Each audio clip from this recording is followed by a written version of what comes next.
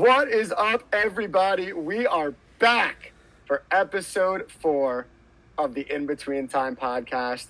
We got to start, as always, by reiterating how much fun last week's episode was and thanking our guy Evan for joining us for our fantasy all-BLC basketball draft. Honestly, maybe the best part was all the responses we got from everybody. The feedback was surreal. So many Brant Lake names brought up. Unbelievable reminiscing, going down memory lane like that. But we got to move on, and it's time for episode 4. And as always, we are going to start with the best thing that happened this week. Raul, what was the best thing that happened to you this week? Best thing that happened to me this week, I got the opportunity to go meet Harper Fields. Not sure what the middle name is, or that I'm not sure that I can pronounce it, but it was really cool for Orly to allow me to go see his firstborn child from a safe distance, obviously. So that was awesome. You know, he's been my really good friend for a really long time, and seeing him kind of grow and develop into a human being that is now responsible for another human being, it's really cool. So that was the best thing that happened to me this week. Yeah, seeing your friends grow up and develop into human beings with Raul, the new podcast coming out this week. Again, that's Orly Fields and his wife Jen. We're actually, I'd love to make a joke here, but again, just want to give an in-between time shout out and congratulations to our guy Orly, longtime Brant Laker. Super exciting. How is the new Fields family of 3 doing, Raul? Were they doing all right? You know, I think all things considered, they're doing really well. They're happy. You know, they have like a nice little apartment or like house. It's really like a separate house, and it has like a nice little outdoor area. Harper apparently likes to spend a lot of time out there. So while everybody's at home, it's nice to kind of experience a baby for the first time at home together. So yeah, they're pretty happy right now. And if she's lucky, she looks just like her mother. Xander, what was the best thing that happened to you this week, buddy?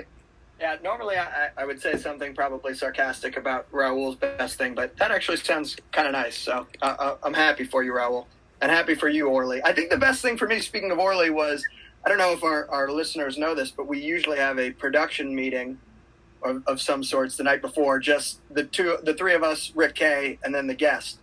I don't want to give away who our special guest is, but Orly was also on that call yesterday. Usually it's just about like a half hour or something like that to try to go over our plan for the recording. But yesterday we spoke for almost 2, maybe close to 3 hours, just talking about old Brant Lake. Had a really nice conversation with some friends who I hadn't spoken to in a long time.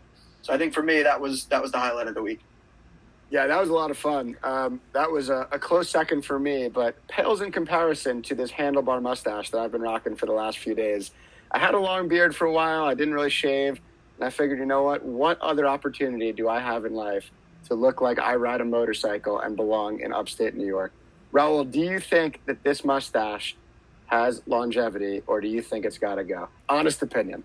Honest opinion, I mean, I genuinely have a hard time believing that you're way cooler than your girlfriend Jess is accepting of this. But apart from that, I think it's got to go. Eventually, people, when you get back into the real world, it makes you look too tough and gritty, and makes you look like you know how to repair things.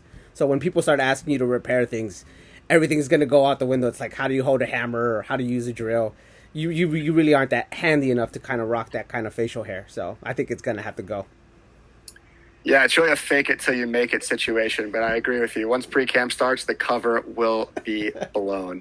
All right, we're going to move on to our next segment, and that's, of course, our fan response of the week. And Raul, who is our fan response of the week sponsored by this time? This week's fan response of the week is brought to you by 99 Restaurant. If you're in Glens Falls and have so little gas in your tank that there's no way you can make it to Applebee's, why not settle for 99? We'll give you enough free popcorn that hopefully you're not hungry enough to order one of our bacon cheeseburgers that will definitely add 15 minutes of bathroom time to your visit to the mall. Think you're making it through an entire movie? Think again. If your large intestine is up for the challenge, come on by 99 Restaurants, the best deal in town. And, of course, I'd like to take this moment to remind our viewers that this copyrighted podcast is presented by authority of Brant Lake Camp and may not be reproduced or retransmitted in any form. And the accounts and descriptions of this podcast may not be disseminated without the express written consent of the aforementioned Brant Lake Camp. All right, folks. As Zach mentioned, it was a real highlight for us seeing the responses from the week. We had such a contentious debate last time that we got a lot of great responses. Adam Laub sent us an email. Cut sent us an email. Thea might have had the most concise and probably accurate representation of how a draft should have gone. Lee Schulman and a bunch of other kids from the senior Cs of 2016, Luke Josephy, Jake Boxer was a close second in email of the week, and Ross Krakauer always manages to annoy me. But the number one email from the week, our top overall fan response, was from, believe it or not, Richie Gersten. Yes, folks, Richie is listening. And guess what he had to say? Loved it. Kept me riveted the whole time. Loved Sammy Uriachi and thought the miss was David Major. So that was the one we left off. But guess what? The last line of the email says, Xander with the best team. What do you think of that, fellas? I feel like 8 years of tuition goes a long way, Xander. I feel like he was repaying the favor and maybe was paying back a debt, trying to get you to work at camp this summer. That's what that sounds like to me. 8 years of tuition. Was that you at Cornell or what? Coming out with the haymakers. Honestly, though, I thought my team was pretty good. I thought I was a little disappointed. I would have loved to hear Richie give me a little bit of kudos on my basketball savvy. And who would have guessed it? It was Xander that came out on top. I think we're all happy it wasn't Raul. All right. Now we're moving on to our topic for this week. And last week, we talked a lot about some of the former campers that had special careers playing basketball at Brant Lake. But this week, we are going to talk about some of the moments and some of the stories behind those moments that everybody in camp remembers for the rest of their lives. We're talking about that moment that gets hyped all summer, the moment everyone tries to predict and never knows quite how it's going down. We are going to talk about our favorite green and gray breaks. And this week, all three of us are beyond excited and quite honestly a little shocked to have a Brant Lake legend joining us on the show. Honestly, I was surprised he even answered my text message at this point. And completely, just baffled we could even get him here. But joining us this week, we have former senior camp group head and longtime Brant Laker, Stu Champion, joining us on the In Between Time podcast. Welcome to the show, Stu. Thanks, fellas. How y'all doing? Hanging out. I am just honored to be in your presence, Stu, and I'm happy we're doing this on FaceTime so we get a nice, good look at you. Just for everybody that might not know who you are, give us the Stu Champion story in like 3 or 4 sentences. And if you can hear my voice, clap once. Love that. I was at Brant Lake starting like 2002 after my twin sister did a summer at the Pointer Pines camp for girls down the street. And she said, you got to get down to the boys camp, Brant Lake, put me in contact with Richie G. And I think it was my second year of university, flew out there 2002, and actually started with kind of a group of amazing other counselors like Matt Liston, Rich Small, Kate Kamnitz, Trevor Paisley. It was kind of a group of counselors. We all came back for like several years in a row. But yeah, started my first 3 years in a row and was an inter-A group head. I think that was when Doc Brunt had to take a 5-year hiatus, so maybe my job promotion crept up a little quicker than usual. That's with Ben Edwards, and then made my way up to senior C group head for a few years before being like an assistant group head and group head for senior camp, and worked with most of you guys, and remember Xander when he was a camper. And then I think Zach, after my last summer in 2014, you stepped into my shoes after I stepped into, with Luis and Brian Johannes and T-Wise, and yeah, it's kind of nice to be part of that history. Yeah, it was a daunting task for me for sure. But luckily, despite you being about 10 inches taller, we wear the same size shoes. So I feel like I filled the role pretty well. But let's get back to the topic. I think, again, the break of green and gray seems to be the moment that gets hyped up more than anything throughout the summer. And between the four of us, I think we've been around for a lot of green and gray breaks, but also I don't know if there's a group of 4 people that have actually broken green and gray more times than the 4 of us on this show. So Stu, I guess we'll start with you. what's so special about actually being a part of Breaking Green and Gray? What sort of memories do you have maybe of all of those moments, just encompassing sort of like the kind of the firework that goes off to start all the mayhem? Why is that such a special moment for camp and for you?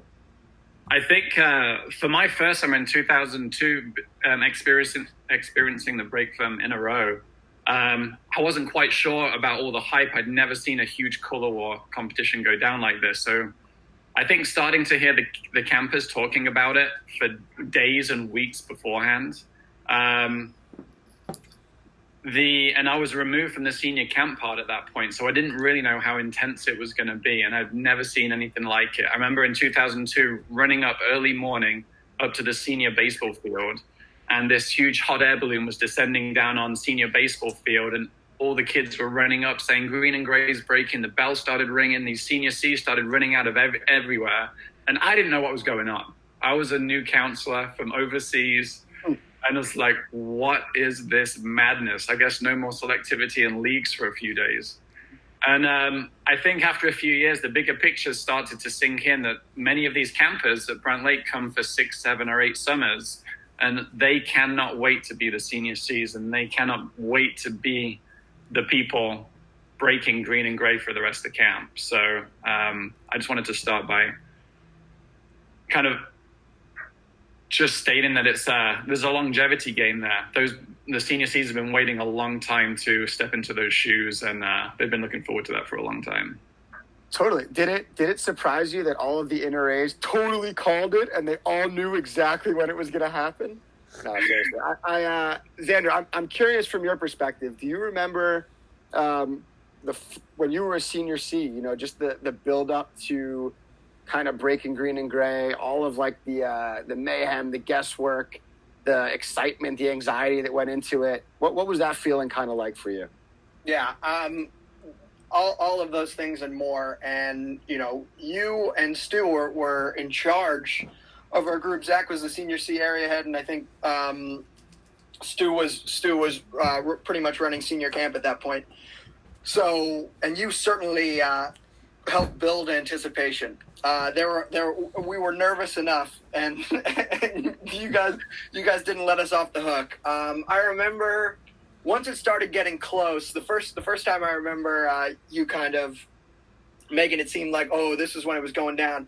We were coming back from East Field. We had just played the varsity baseball game, and the senior C's had gone to spectate, and we were meant to have a social that night, and the senior C's went back together. The baseball team didn't go together. We brought the senior C's on the same bus with the rest of the senior C age group. So immediately all the baseball kids were like, oh my God, like we're not on the bus with the rest of the baseball kids. This must be it. It's going down. So the bus is going nuts. It's real rowdy. And you must have told the bus driver to pull into Karen's house. We pull into the driveway.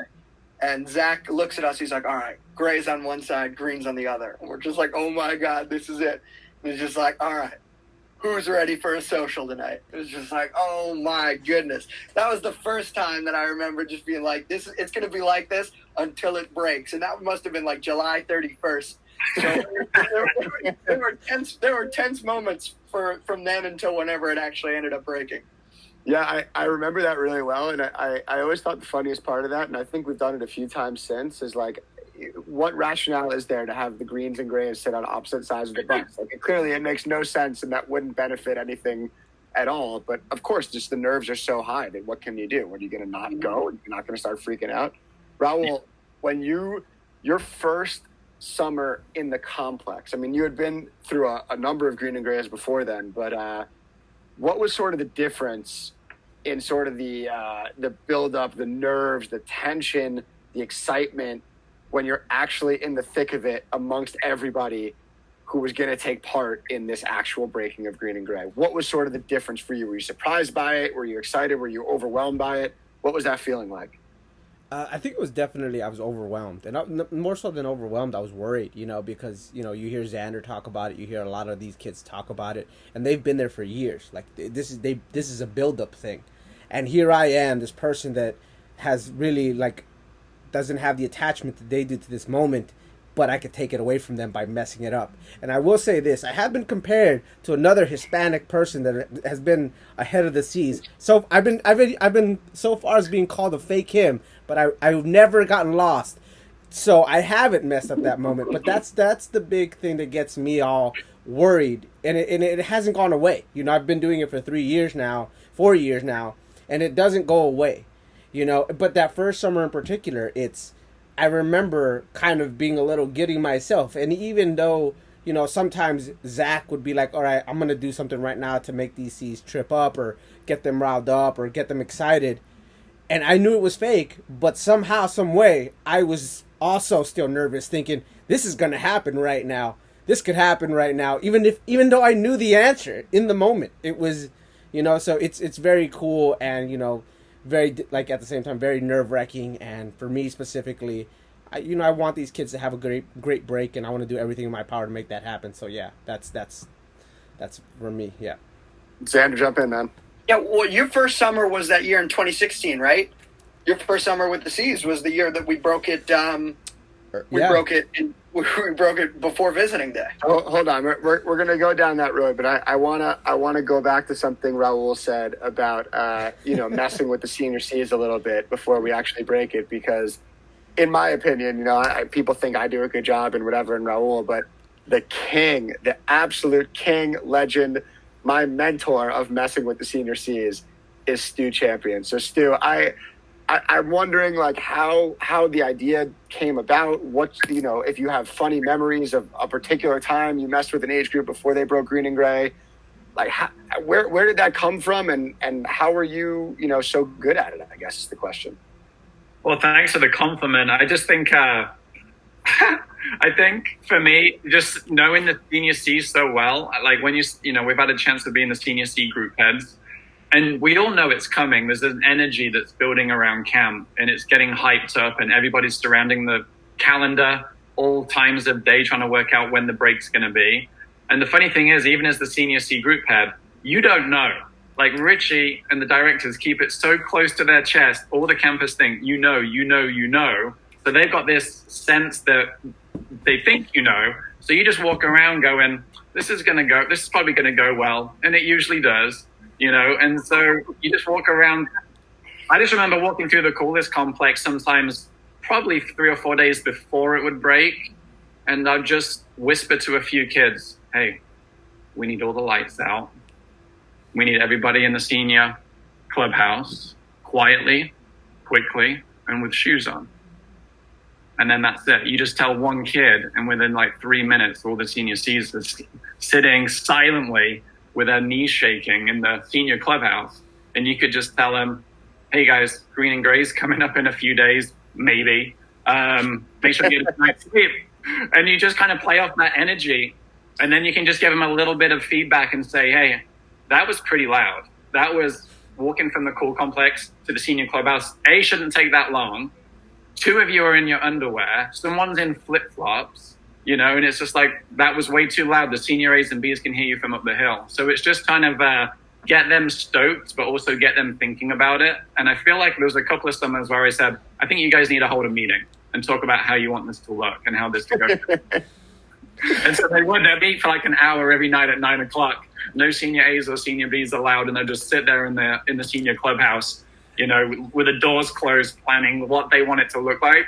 And, yeah, you just sit and listen to some of their feedback. It's quite amazing how the kids will take charge. So. Yeah, Xander, go ahead, man. I'm trying to think if Stu is underselling what happened or my 15-year-old self is totally embellishing it. But I don't remember it being that chill or calm at all. I remember one part I remember accurate was Stu saying, you know, you're in your underwear, you're in your flip-flops, you're not breaking green and gray, is what I remember.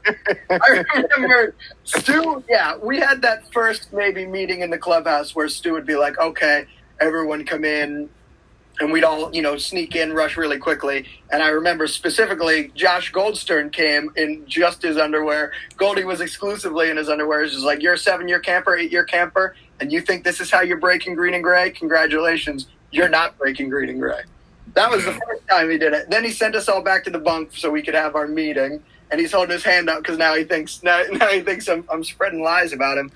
But he sends us back to the bunk. A couple hours later, it must have been past midnight, maybe close to 1 o'clock. He gets us up again and brings us back into the clubhouse.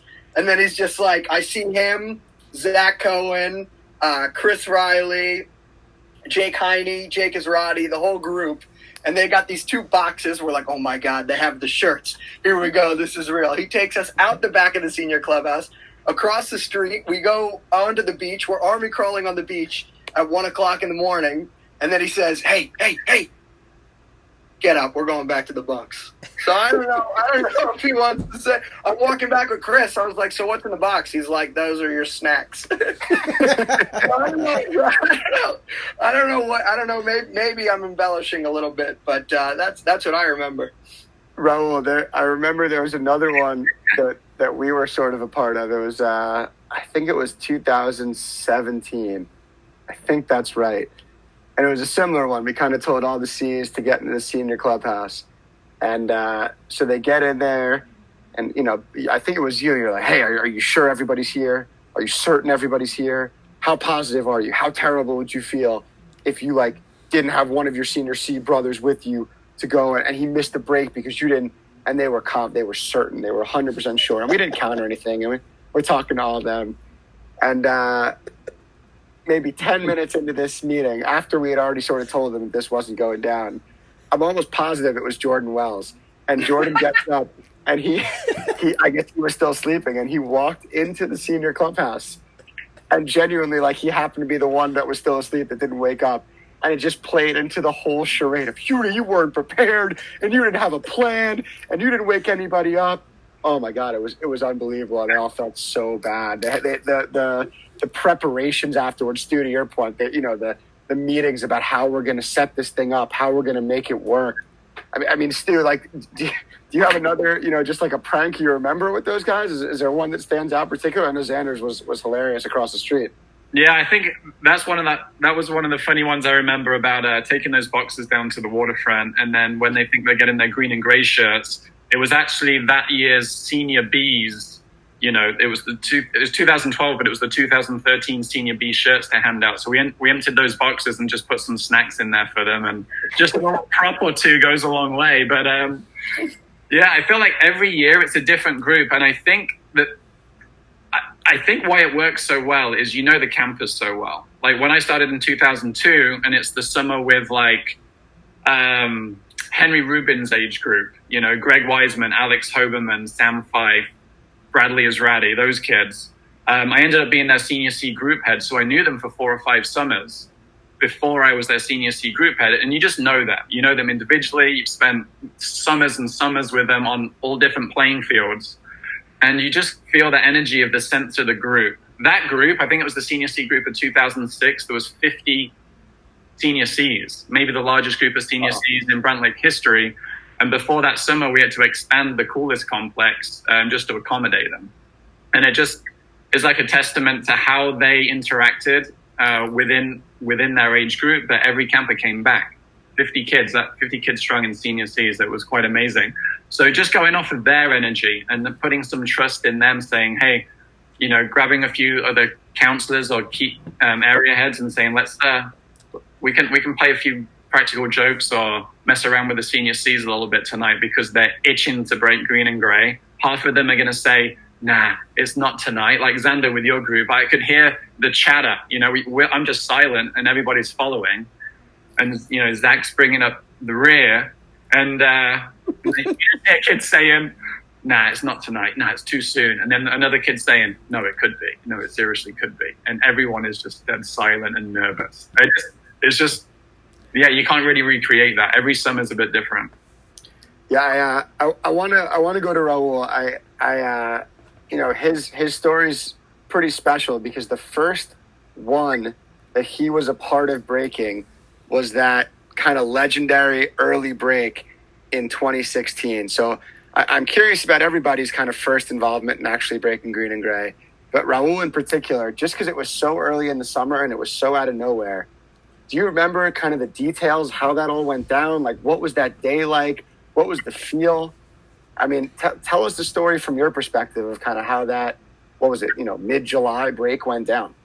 Yeah, I mean, I remember, you know, it was did we have the carnival and we were gonna go thank the seas for running the That's right. carnival by taking them out to that restaurant with the giant chicken in front, um, and again, just like Stu said, as the area head, you don't know anything. I legitimately knew nothing, and we get there and all the kids leave the bus and I'm ready to exit the bus. I was the last one out, and then Zach's like, just hang outside with me for a little bit. Just wait outside. So I'm this is my first year with the C, so I'm a little nervous about what they're doing in this restaurant, especially because I'm their area head. So I'm like itching to get in there to make sure everything's fine. And he's like, no, just wait. So we're hanging out outside, and he tells me it's breaking. I even think Zach likes to mess with adults, and I was one of those adults in this moment. It's like it's gonna break right now. And Can then I interject for 1 second? Yeah. Again, who do you think I learned about messing with adults from? It's the man on the show, Stu Champion, right now. So, go ahead, Raul. So I'm like, again, I have no idea how this works. I am clueless in this matter. And he tells me, we're about to break your grade right now. And he, if you guys know Zach, that face that he makes when he's getting serious, kind of little sideways, we're about to break your grade right now. And then I was like, I didn't know what to expect. So I was like, all right, cool, let's do this thing. And then he was like, nah, I'm just messing with you. Let's go inside. And he's like, wait. We're seriously about to break your grade right now. So obviously that didn't help, because now I'm a little like, all right, no, it's not. No. But then he genuinely told me, like, yeah, we're going to do it. It was a centennial, I believe, for Brant Lake. So they wanted to do a little something extra special. And I just remember sitting in that restaurant with the information that it is going to break. And just kind of how crazy that was. Like, I'm sitting there trying to eat, like, pizza and French fries, and I'm just like, this is happening right now. And obviously, I was amped for the kids, but I was terrified, again, of, like, the idea of messing this up, especially this one. The first time ever it's breaking, like, in the middle of July. It's just the magnitude of that moment kind of ate me up a little bit. But at the end of it, we ended up getting on the bus. Zach broke the news to the kids. The kids went crazy, disbelief all over the bus. Even Xander, who was a counselor in that moment, was like, shut up. No, it's not. And he's just like, I'm sitting next to Xander. He's like, he's full of it. This isn't real. And then, like, we actually go into, like, this area where there's boats, because Richie and Meeks, I believe, got these really cool old boats for some of the seats to hop on, a green and a gray one. And, we stop by there, and there's Meeks and Thea. And that's when Xander was like, oh my God, this is really happening. And then Xander reverts back to being a camper. Now he's hitting me in the chest. I'm like, you need to settle down. But like, so they decide who gets which C's get to go on the boat, and the rest of us had to go back to camp. And they did this real elaborate thing where they had all the camp meet at the waterfront. I believe it was for a bonfire or whatever it may be, like closing the carnival. And it was like they had an alumni weekend for the under 21 alumni reunion that weekend. So there were a lot of alumni up at camp, and they had a big full camp bonfire for the alumni and everybody that was there. Sorry, go ahead, Raul. Yeah, so we get there to Karen's house. Seems to be the epicenter, so it's kind of cool. And we get told what's going to happen. They get their, like, break shirts, and we're being told, like, all right, you guys are coming in from Cool Vibes. Was that the first summer of Cool Vibes, by the way? Chill Vibes, Chill Vibes. Yeah, Chill Vibes. That was a cool way to introduce it, right? Half of the group went into Chill Vibes. The other half was going from Richie's house, now Max's house. And I was in charge of the group going into Max's house. And it's the timing thing. The timing thing stressed me out, because we had to wait for the boats. And we're using the walkie-talkies, and that's the part that, for every break, is the most stressful to me. It's the timing. That's the easiest thing to mess up. Finding the location's easy. Don't let other stories tell you otherwise. I don't understand how you get lost in the woods. Finding the location's easy. It's the timing that's a little scary. But luckily, we timed it perfectly. The boats came on shore. I wish I was in the waterfront to see it happen. Because I only got one view of it, but I wish I was there to kind of see just the collapse of seas on them, and it was just a really cool break and really cool moment for me and I'm sure the campers. But yeah, Stu, jump in, man. No, I was gonna say that part where I think I broke 8 or 9 green and grays with the senior Cs in my time in senior camp. But Raul, I always drew maps. I like my maps. I'd pull down the battle plan. I'd be like, all right, we're going this way and we're going that way, and like no one should be getting lost in the woods. But more particularly, I think from Rich's standpoint is like, this has got to go well and no one can get injured. We cannot lose a camper. I know this seems like pressure, but draw a map and try and make it idiot proof. I don't know. Okay, so we've been hinting at it. We've been making jokes about it. I think now we have to talk about it. We'll give you a little backstory. So there's on some of the clipboards that camp has for a lot of the tours and stuff, there's a map that's drawn on the back of the clipboard. So it's sort of a map of camp. And we always, if we're, not giving too much away, but sort of in prepping for, which group is going to go where and whatever it is, we always photocopy the back of the clipboard and we kind of draw out a little route for where, so if the 4 of us each have a group, so Stu, your group's going to go this way, and Xander, your group's going to go this way, Raul, your group goes this way, and my group's going to go this way. So 2013, it was a night break, and this was when, and it's funny making fun of him because he's one of our close friends, and I hope he listens to it. Luis is one of the best guys in the world, but if there's someone who is like the most overly self-confident, self-assured, I can do this and nobody else can person in the world, I mean, I think Luis would say that about himself. So the wrench in the plan was that there was a junior overnight in the teepee that night. So the group that was supposed to go to Soft Row had to take a slightly different route. Okay, so of course, who's going to go? Should I take them? Should Stu take them? Oh, no. There's nobody who knows the route better than Luis. Luis does it every year. I'm the only one who knows where to go. I have to take the kids to Soft Row. At that point, fair enough. Stu, take over from here. But all I remember is Luis is doing this. None of you guys know how to do this. I'm the only one who knows. Fine, Luis, you take the kids to Soft Row. Go ahead, Stu. No, well, part of what I remember on that break, I think I went to the bell tower with some kids to start ringing the bell because all the senior Cs wanted to break certain bunks. And I remember hearing the 3, 2, 1, go. And then everybody went to center dining room. Like everybody's there. Green and grays broke, softs, juniors, into seniors. Everybody's there. And I'm like, where's Luis? And we're missing about 3 or 4 senior Cs. Like, where are they? And I think it was about 15 minutes later. It was a really dark evening, right? And a night break. It was a dark one. And he's covered, he's got some little cuts and scrapes and bushes and brambles. And he's just all hot and flustered. Like, dude, I thought I was above the soccer field and I was coming down, but I just went the wrong way. And I just kept on going deeper and deeper into the woods. Yeah, Xander. Yeah, I remember this clearly. And let me just say, first of all, I mean, Zach and Stu fully scarred me. So when Stu was talking about kids saying, oh, yeah, it can't be tonight, I was definitely the kid who was always like, no, not now. There's no way. So Raul was spot on when he said, when Zach told us in 2016 that there was no shot it was breaking because it was before visiting day. Even when we saw Thea and Meeks and Blake in the parking lot of Silver Star Diner, I was like, there's just no shot. It's the middle of July. There's no way.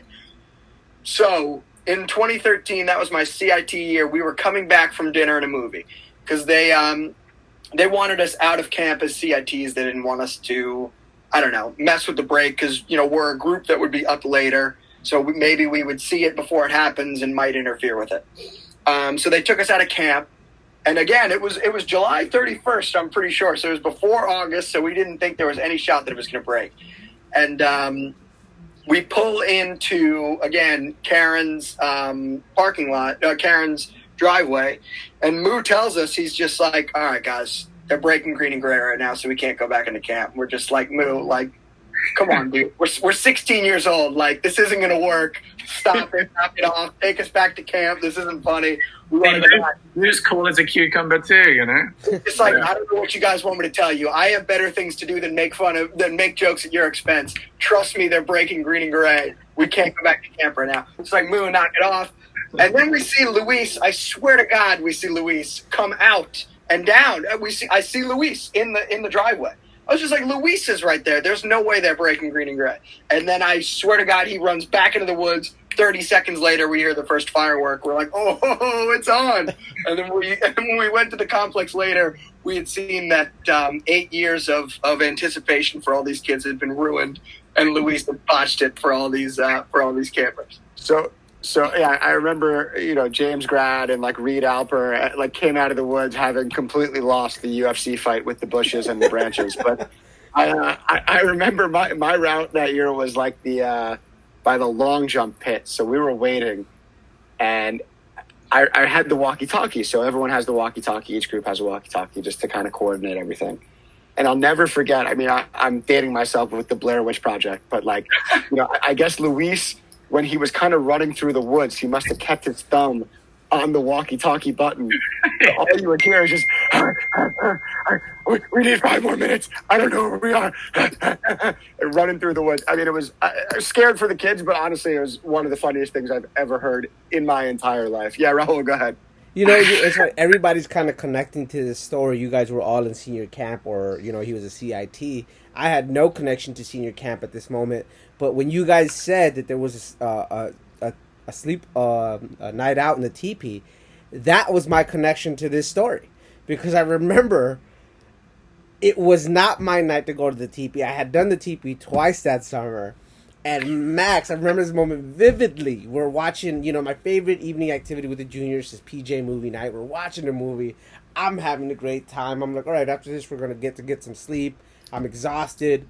And Max comes up next to me, and, he lets me know that it was my night to be in the teepee again. And I was like, what are you talking about? He's like, yeah, the other counselors are on night off or early night. You have to go into the teepee.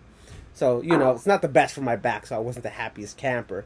And he kind of did hint at me. He was like, you know what? It's going to be a good night to be in the teepee. Don't worry about it. It's not that big of a deal.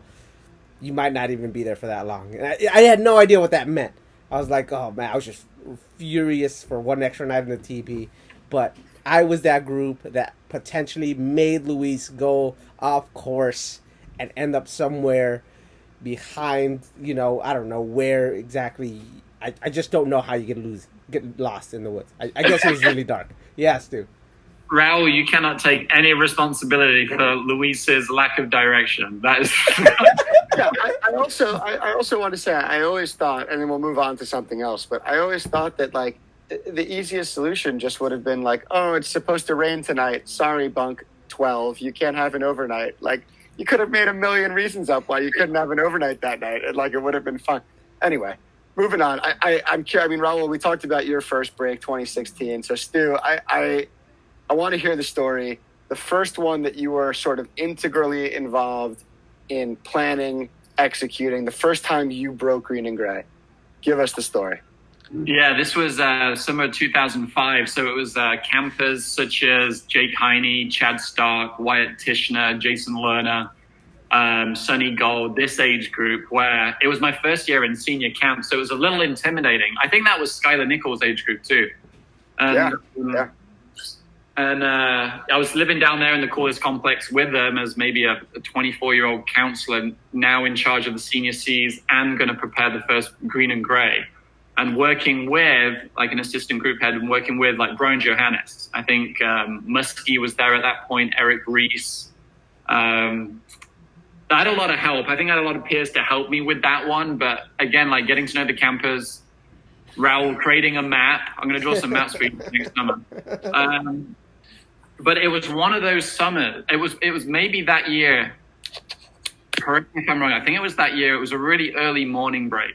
And the thing that I remember the most is because of drawing the maps, the break went swimmingly. It went really, really well. I thought it would, and it did. Campers are all accounted for. They're lining up the like what was now the old dining room steps that had a little bit of a shake and a rattle to them. We had to tell campers not to lean too much on the railings because you might go down. And I remember, like, my job was over. I was like, I'm done. I was the grade captain in 2004. Some campers were trying to tell me I was going to be grade captain in 2005 for the seniors this time. And I was like, man, maybe not. I didn't know. No one told me if I was going to be grade captain. No one told me if I was going to go purple. I don't know where my hopes were. I think I wanted to, just wanted to stay as a color rather than go purple. But Richie came up to me just as we broke it and said, Stu, we need my dad, Bobby G. Like, he's nowhere. Where is he? Go find him. He needs to do his speech. And I'm like, okay, Richie.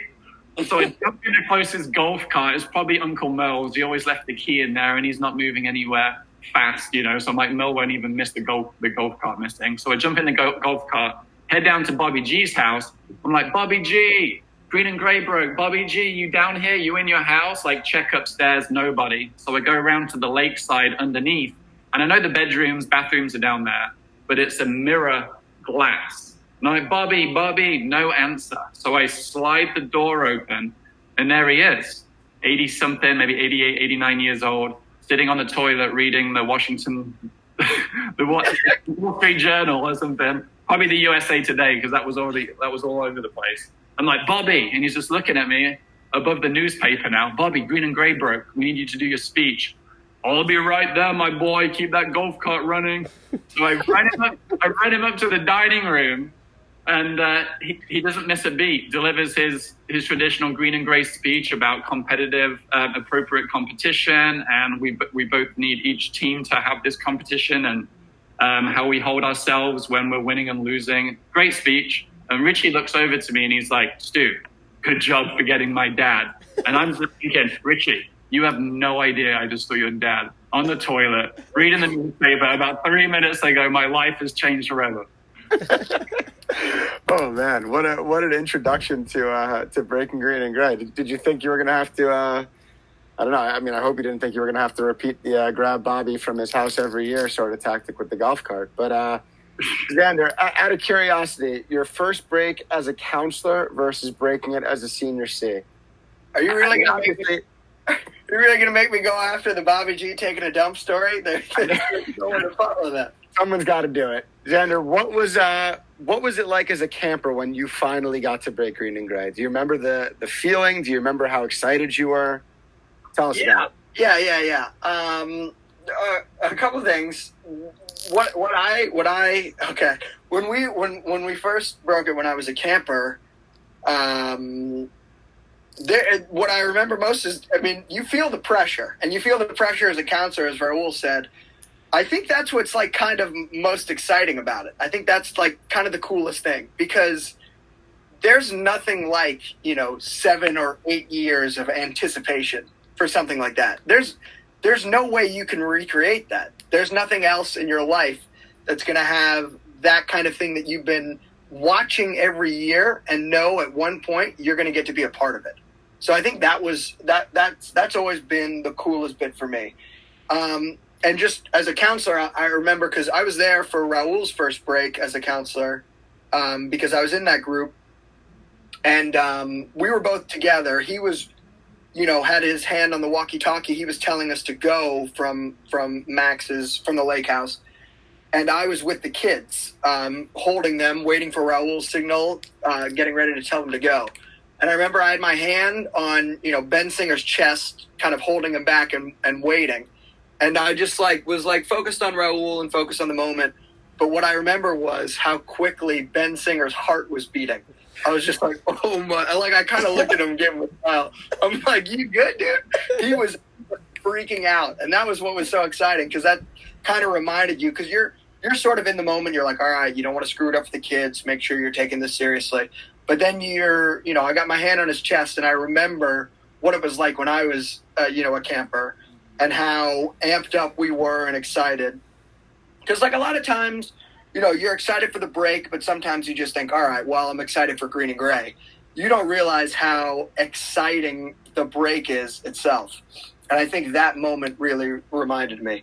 One funny moment from when I broke it as a camper, though, I remember, it was a morning break that year. So they get us up early in the morning, and we're ready to go, and we go out the back of the senior clubhouse, and it's like there's no jokes to be made. Everyone's locked in, stone cold focus. But there's a lot of dew in the morning because it's cold and a little wet. And Matthew Kushnick fell from the top step of the back of the clubhouse all the way down to the bottom. And if there was pressure that we felt, and we felt like we couldn't maybe smile in the moment, I think that really broke it. We got to Richie's house again, kind of feeling the same pressure because we maybe forgot about Cushy taking the huge fall. And Richie tells us that the original plan was to have Doc Brunt jump in from a helicopter. It's like, all right, there's another thing that kind of relaxes. There's no shot that was ever planned for. But it came from Richie, who I didn't know at the time to maybe make jokes at us. But I think that relaxed us a little bit too. And then we broke up into our groups. I was breaking the softs. I was lucky enough to break the softs because my brother was a bunk counselor for the softs, who ended up being the senior Cs in 2018. So I was their counselor also, which is kind of cool. But so he was in the new bunks 10 and 11, or 11 and 12. And so we were supposed to go up there to soft row, supposed to get to the soccer pitch, and then to soft row. We were supposed to go around the hockey rink. My counselor was Rob Zeller, who was a JC at the time, which is kind of young to be in charge of the C's, 17-year-old in charge of the 15-year-olds. We were getting ready to go. We split up into our groups. We made our move to the long jump pit.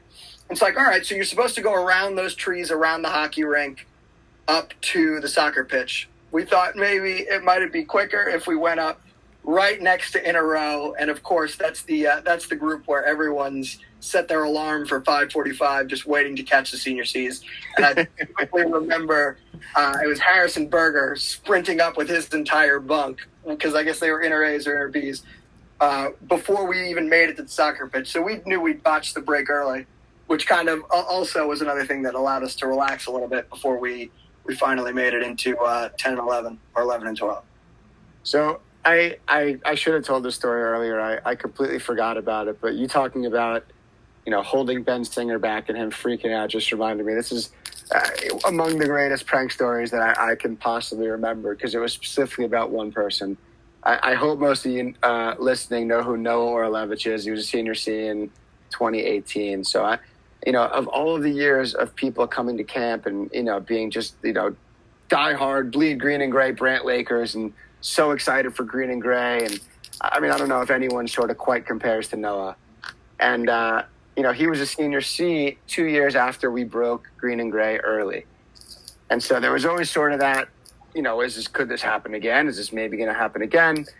And so me and Raul thought it'd be kind of funny, just as a joke. We'd give them the senior Cs their soft buddies, and we thought it'd be nice to have the senior Cs come watch the soft show. But we got all the senior Cs together and told them to put on, sweatshirts and sweatpants and come up to the soft show. Just kind of like, not even really mess with them, but just kind of mess with them a little bit. Again, this is like, early July, middle of July. And so, we all get up there, and we're in the top of the new clubhouse with the stairs, and it's hot. It is hot up there. People are sweating, going outside to get air. We're trying to, keep straight faces and keep it cool. Like, gosh, you got to keep it quiet, keep it contained. And Noah's having like a mini panic attack up there, and like he needs to go, and he's got to go to the bathroom to like calm himself down. So he runs out, he goes to the bathroom, and me and Raul get all the senior Cs together in the back of the junior clubhouse, and we sort of tell them like, look, obviously green and gray is not breaking, but it'd be really, really, really funny just to keep messing with Noah. So everybody go along with it. We're gonna make this thing happen. So the whole time, now we've got, typically it's like me and Stu and whoever other counselors are messing with all the senior Cs. Now it's me, Raul, all the senior C counselors, and all of the senior Cs just messing with Noah. So from the show, we take all the senior Cs up to the arena. We split them into 4 groups. Tell all the senior C counselors, just run somewhere throughout camp for the next 5 minutes and end up back in the senior clubhouse. And Noah's in my group, and he's freaking out. And like, his friend turns around, like, Noah, this is it, bro. Like, I can't believe it. We're really doing it. Sick, man. Noah's, the look on his face, the sweat, it was unbelievable. We get back to the senior clubhouse, and we're all sitting there, and everybody's quiet and sitting down. And eventually, I guess somehow the timing worked out magically, and all the seniors and he's just like jumped out, Noah, like, "Oh, you're an idiot!" Absolutely unbelievable. I mean, Raul, do you remember Noah's face in the clubhouse? Yeah, man, I mean, that's the kid that you said. He was a diehard, and it was like you ripped his heart out, and he was like devastated, but then quickly realized how cool that moment was and was all about it. Like, Noah was the best sport in the whole world. He loved it, even though it gave him all these mixed emotions, he loved every bit of it. And I think it added ultimately to when he finally broke green and gray. And I'm just going to add something real quick, kind of like a funny thing for me. Like you said, I got to break it twice that first summer. And the second time was like the real break, and I'm put in charge of like a small group. We're gonna run through softs, and again, I'm not asking for anything. I'm not sitting there claiming to be the guy to do any one job. I'm just saying, give me whatever. I have no idea what I'm doing. Give me whomever. I get stuck with the guys that are breaking soft row. But another responsibility that comes with that is it then falls on me to ring the bell. And I remember thinking in that moment, someone's telling me, you got to ring the bell. I start sizing up that rope in my mind. No one knows this, but in my mind, I'm just like, I don't know if I can get that rope. I'm like, so I was like, I don't know if that's going to delay. How many seconds is that going to delay me? What's going to happen? Did somebody think about this when they decided to give me the job? Did somebody think, hey, you know what? Maybe we'll just bring that rope down. But no, and honestly, and right after, I'm pretty quick. I'm pretty fast. So I sprint as fast as I can. And I remember that rope being there. It was like, I swear to God, I did the Michael Jordan pose as I was reaching up, jumped up to get that rope, nailed it, and just started chiming away. But yeah, just even the small things like that, like the height of the rope for me was like nerve-wracking, and it just added to all those experiences. Yeah, Xander, go ahead. Yeah, I can remember that because I was in that group as well. I think we were with the juniors or the inners, and I obviously as a counselor, we don't run into the bunks or run near the bunks. We just get the kids ready and then head up kind of quickly. So I saw you after they had gotten the kids. I remember it so vividly watching you leap in the air. He's spot on accurate describing it. He got as high as he possibly could out of fear that he wouldn't hit the rope. I think he almost broke the top of the bell tower to slam it down and pull it, but he definitely got it. So good for you, Raul. Yes, Stu. I think it's just amazing that Raul just compared his vertical to Michael Jordan. It looked like it. Anything for green and gray, it was Michael Jordan-esque. It was that game, that dunk that won the dunk contest. Yeah. Yeah, you got to remember the myth, man. Print the myth, not the actual story. Stu, but before we get out of here, Stu, I want to know your favorite one that you were involved in. If you have like a favorite green and gray break that you were a part of, there's one that stands out because it went wrong, because it went right, because it was memorable, because of the kids. What was the favorite one that you were involved in leading and participating in? Dude, it's such a tough question. I don't have an answer for you. I really don't, because not that they all blend into each other. Each one stands out, but each break was so unique. There's no two breaks that are the same. Whether it's a day break, an evening break, a morning break, how soon for me, the most exciting ones are the ones where you have about an hour. About an hour before the kids do. And there was a break or two where you may have known, or, Richie and the directors told you 24 hours in advance because they need you to be prepared for like a different setup to it. Yeah. So for me, each one was kind of trying to take it in your stride. And now you have this valuable information that everybody wants to know, and you just got to play it off cool. So for me, it's hard to pick out one. I would say just because of that group, that inter-A group of 2002, which was the senior season of 2006. That was my first summer at BLC, and then it was my second summer in senior camp in breaking green and gray. That age group held something special to me. But so did the senior C's a few years later, where it was like Danny Linnell and Brett Cohen and Cyrus and those kids too, because they were like the funniest age. Not always the best decision making, Always the best at rule following, but they're just the characters within that age group. I think comparing those two senior C groups was like 50 kids to about 25 kids. You know, a large group and then a smaller group for certain group dynamics. But what I would finish with is, even though it's fun messing with the C's and pulling some practical jokes, sometimes they backfire on you. A little, not so. This isn't quite green and gray related, but we took the senior Bs on a 4-day trip to Toronto, and this was back in the day when Brian Johannes was the area head for senior camp, and I was the assistant area head and in charge of the senior Cs. But I was on the senior B trip, and we were checking out the hotel on the last day. I think on that trip we were hitting Niagara Falls on the way home, long 9-hour bus ride home. And I'm going around all the hotel rooms, making sure that all the campers were out, that everybody's going down to the bus on time, and I'm making sure no one's left any belongings in their hotel room. And I go in, and, you know, Brian was in a hotel room, and he had a couple of campers, and I saw Brian's passport on the bedside table. And I'm like, there's no way, like, he's definitely coming back. Does he have a bag in here or something else? Like, his passport's there. Do I take it? Do I leave it?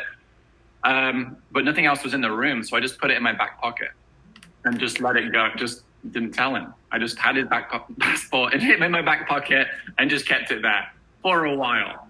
And so we're getting closer to the border, and I'm like, all right, kids, international kids up front, everybody else, you know, if the immigration officer asks you a question, yes, sir, no, sir, yes, ma'am, no, ma'am, this is more serious. We're getting back into America.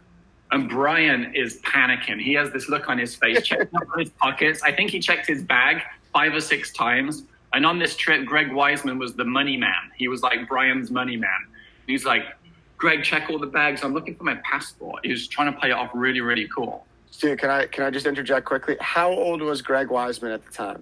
14. Okay. Fair enough. So go on. Yeah, but he was very good with finances. If kids needed a foreign exchange into Canadian dollars, Greg Wiseman's your man. So we get close to the border, and Brian Johannes comes up to me and he's like, Stu, you're going to have to take the kids back to camp. I'm going to call Jen in the office at Brant Lake because I cannot find my passport anywhere. And I'm like, dude, what? What do you mean you can't find your passport? And he's like, I have looked everywhere and searched everywhere. Don't have my passport. They're not going to let me back in. I'm going to need an emergency visa. I need to call camp. I might be here in Toronto for a few days. I'm like, yeah, whatever, Brian. You know, kind of a practical joker himself.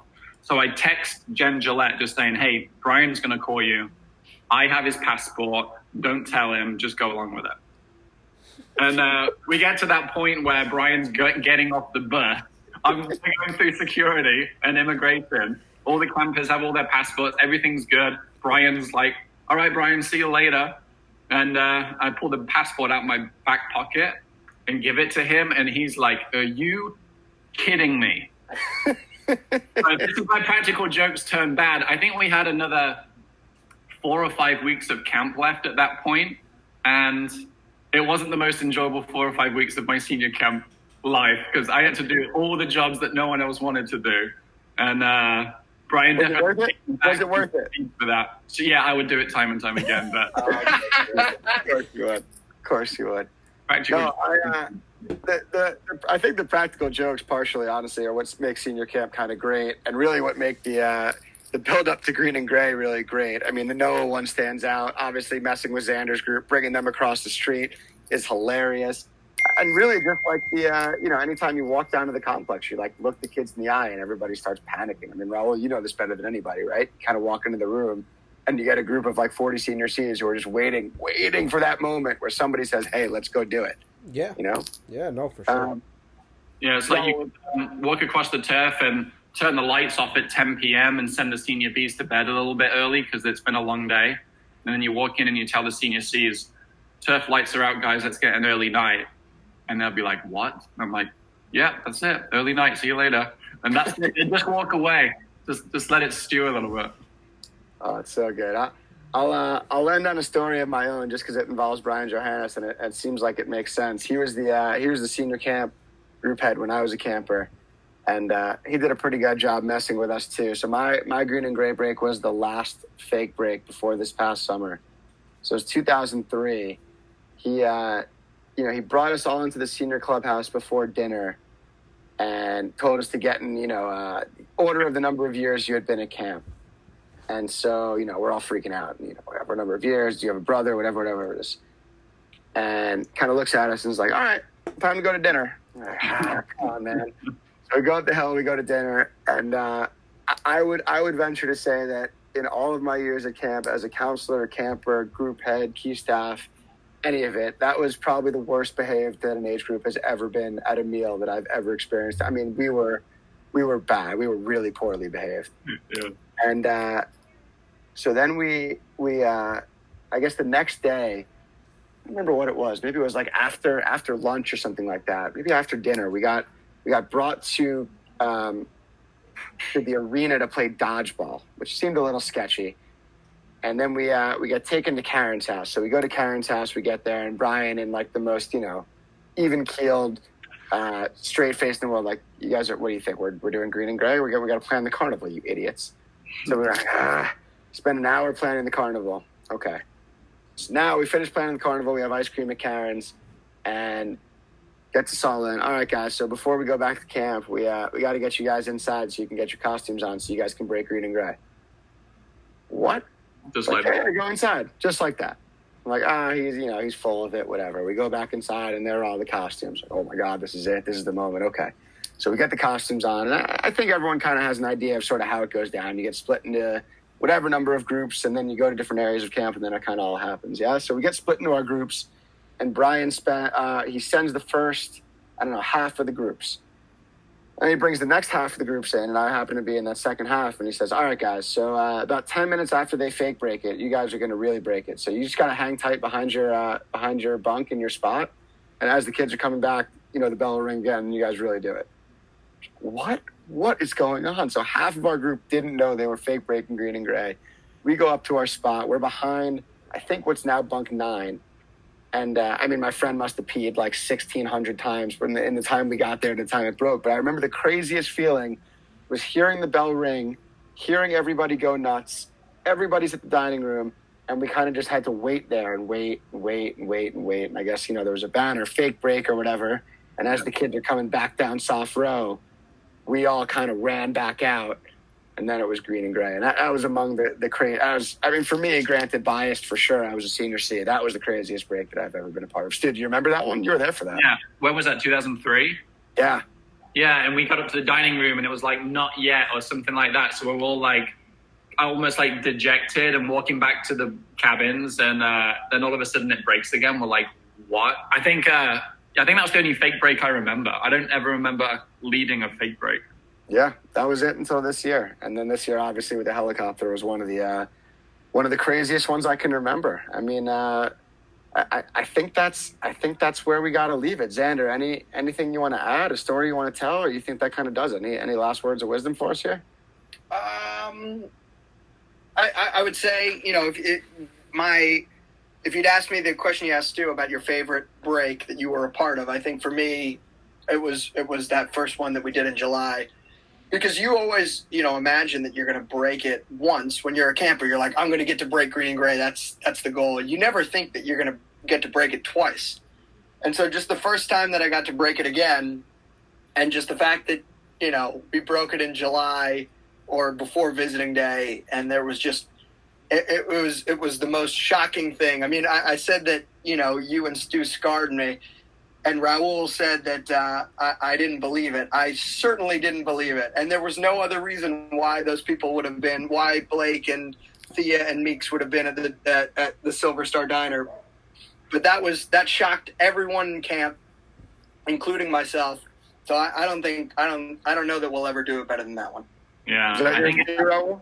Yeah, that was your favorite? Absolutely. It's just breaking it twice and, kind of, there's no way that I can match that. But again, everyone is awesome. Seeing the kids react to it, it's always special. I think it's like Stu said, you can't really differentiate. The only thing that makes that one its own little special moment is the fact that we got to break it twice. So I got to see those kids kind of in that moment of like euphoria, like happiness, all that nonsense, twice that summer. It was awesome. So yeah.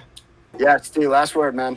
Yeah, I think that the key word I was talking about to you guys yesterday too is the speculation, the unknown, the hypotheses of all the different campers of when it could be, and is it going to break earlier this summer? Is there some reason why it's going to be crazy record temperatures, or there's a huge mosquito population, or whatever it was? The amount of speculation around it is truly something that makes Brant Lake Camp stand out like no other. Like to have a color war competition where you're the same color for life. And it was just a special part to be proud of. And then the other little angle that I didn't really touch on, but it brings back so many memories, and you guys have had this experience too, but playing as a counselor in the games, like the evening soccer games and the counselor games where the whole camp shows up. And it might only be worth half a point for green and gray, but everybody is there. And you're participating in something that's is bigger than yourself. It's bigger than the team you're playing on. You're playing for another 200 to 300 campers that are on your team.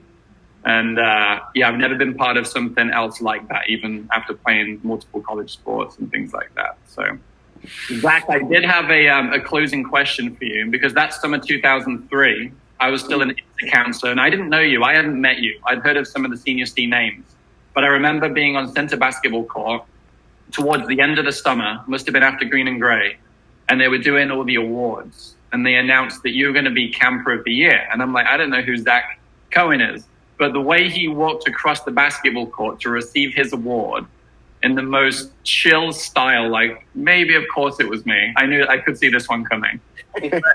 My question is, when you walk with your slides or maybe your Crocs, because they're coming back in style, do you still just drag your feet, or do you pick your feet up now? I'll answer it for him. He drags his feet. I think I was dragging my feet as of summer 2019, but I've been doing a ton of rumble, as I mentioned in episode 1. I think my quads and my hammies are in way better shape. I think I can get those slides up off the ground now. But thank you for asking, Steve. That was awesome. And I think that's the right place to end. I think we got to thank Stu one more time. Seriously, this was so much fun, man. I could talk about green and gray forever, particularly the break. And if I'm being honest, most of, people think that I'm like good at pranking kids or whatever, green and gray and stuff. Anything that I'm doing, I totally took from Stu Champion. So thanks again, Stu. So much fun having you on the podcast, man. Yeah, boys, thanks for the invite. And it gives me an idea of about 20 different podcasts you guys can keep going forward, and so many other guests to invite. So I feel thanks for inviting me, and I appreciate being part of this. Anytime, my man. And we will certainly have you back in season 2.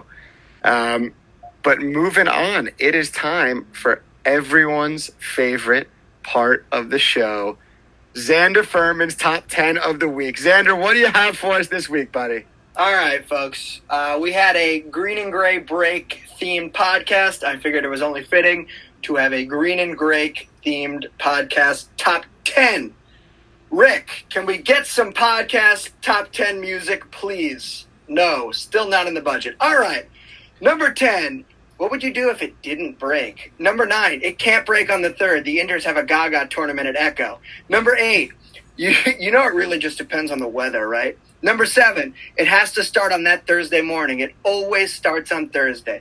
Number 6, my best friend from home's cousin is a senior C, and he told me when it's going to break. Number 5, trust me, it can't break on pizza day. Number 4, you're not going to wear your C-shirt to bed? I'm wearing my shoes. Number 3, I can't vote for him until I see him at the break. Number 2, I know the route. I saw it on Zach's clipboard. And the number 1 thing campers are going to say about the green and gray break is, I called it. And there it is. Unbelievable as always. The Xander Furman top 10 of the week. Whoa, what a show, guys. I cannot believe how much fun I just had catching up with Stu Champion. He's an absolute hero for coming on the podcast. Legend of Brant Lake. And hopefully we'll see him back up in the 12815 zip code before too long. As always, we want to hear from you. So we want to hear your favorite memory of green and gray breaks. Any funny stories you have, the ins and outs of the build-up and the actual breaking of green and gray from when you were a senior C. We want to hear about it. Send us your emails, inbetweentimeBLC@gmail.com. Always love hearing from everybody, particularly about green and gray. And before we go, as always, Raul, what do you got for us, man? Yeah, guys, remember, if you're ever forced to run a 5K, make sure to fill up the night before with some of that pink lemonade.